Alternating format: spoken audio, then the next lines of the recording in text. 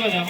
न्यों ठीक 1100 रुपए माननीय सिल्लो प्रधान जी ये भागवत में दान देते। मैया जोरदार ताली बजा दो। 1,11,00,000 रुपए और भागवत में दान देते। मैया जोरदार ताली बजा के इनका स्वागत करेंगे।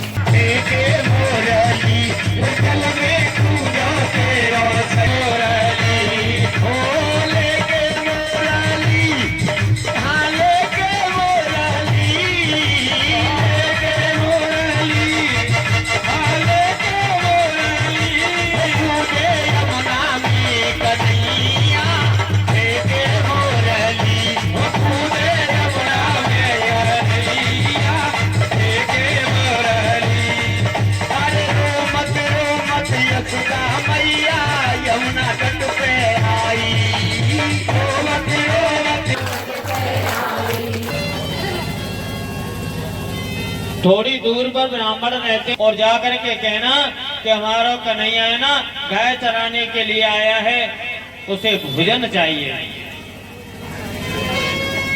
मैया ग्वाल वाल गए। उस समय ब्राह्मण जो थे यज्ञ की तैयारी कर रहे थे।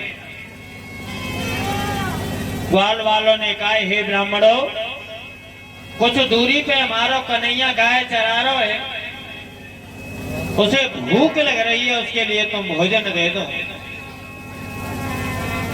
मैया ब्राह्मण कहने लगे, आए हीरो,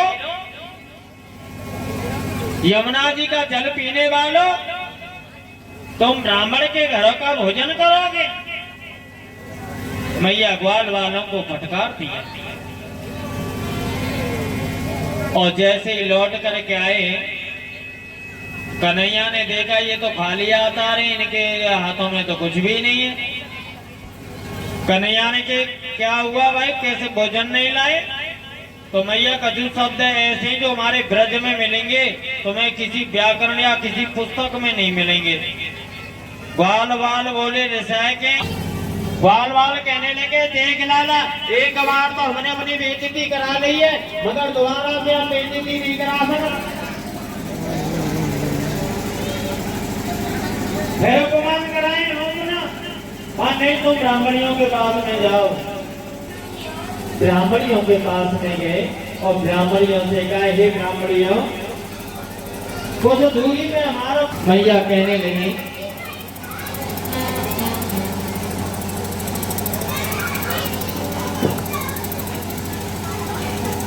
प्रसादी बनाते।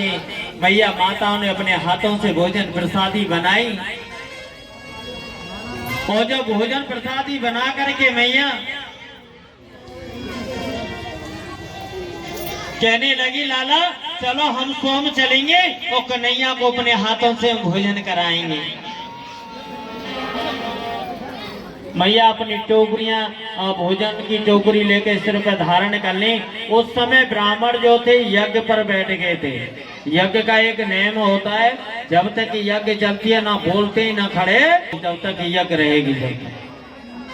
ब्राह्मण जो है करी करी निगाहों से देख रहे मगर कुछ बोल नहीं पा रहे और ब्राह्मणियों ने उनसे पर्दा कर लिया, घूंघट मार लिया।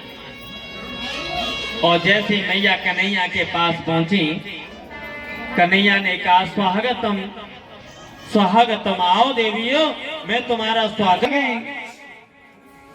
कहने लगी कि लाला देख, हमने तुम्हें भोजन तो करा दिया है, मगर अब हम घर जाएंगे तुम्हारे पति हमें दंडित करेंगे। उन्होंने कहा, नहीं, तुम